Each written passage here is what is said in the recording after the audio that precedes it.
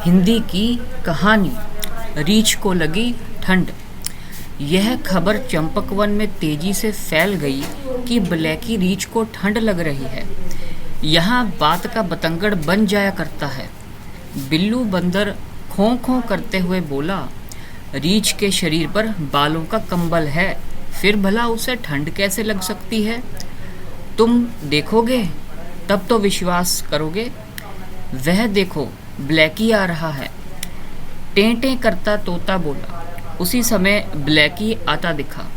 वह कांपता लंगड़ाता अस्पताल की तरफ जा रहा था। डॉक्टर साहब, कल से मुझे गुदगुदी हो रही है, दर्द भी हो रहा है। अपना नंबर आने पर ब्लैकी ने कहा, अच्छा भाई, देखते हैं।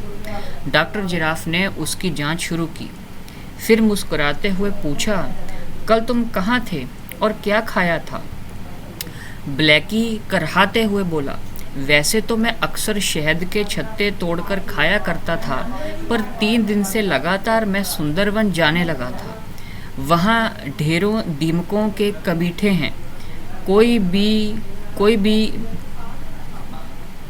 वहाँ ढेरों दीमकों के बमीठे हैं। कोई भी बमीठा फोड़ो और मज़े से दीमक का झुंड खाते जाओ। किसी की जान लेना तुम्हें अच्छा लगता है? खैर, मैं तुम्हारा इलाज करता हूँ। कहते हुए डॉक्टर साहब ने एक दवाई रीछ की पीठ और गले के आसपास मल दी। थोड़ी ही देर में 8 से 10 दीमक चीखते चिल्लाते बरबरा कर गिर पड़े। देखो, तुम्हें ठंड लगने का कारण मिल गया है। इसी रानी दीमक से पूछो, सारा किस्सा सुनाएगी। डॉक्टर जिराफ ने कहा। ब्लैकी अचरज में पड़ गया।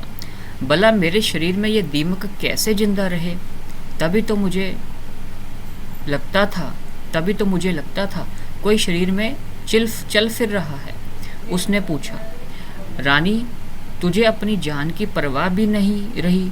बोल, तूने हिम्मत कैसे की मेरे शरीर में घुसने की? ब्लैकी, कौन राजा रानी अपनी प्रजा की जान नहीं बचाएगा? तुमने हमारे वंश का ही नाश कर दिया, इसलिए तुम्हें मजा चखाना था। तुम्हारे बालों में पड़कर हमारी कितनी सांस घुटती थी, शरीर से बदबू आती थी।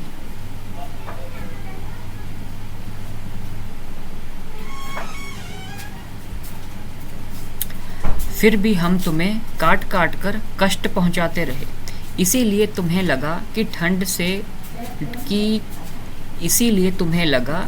ठंड देकर बुखार आ रहा है।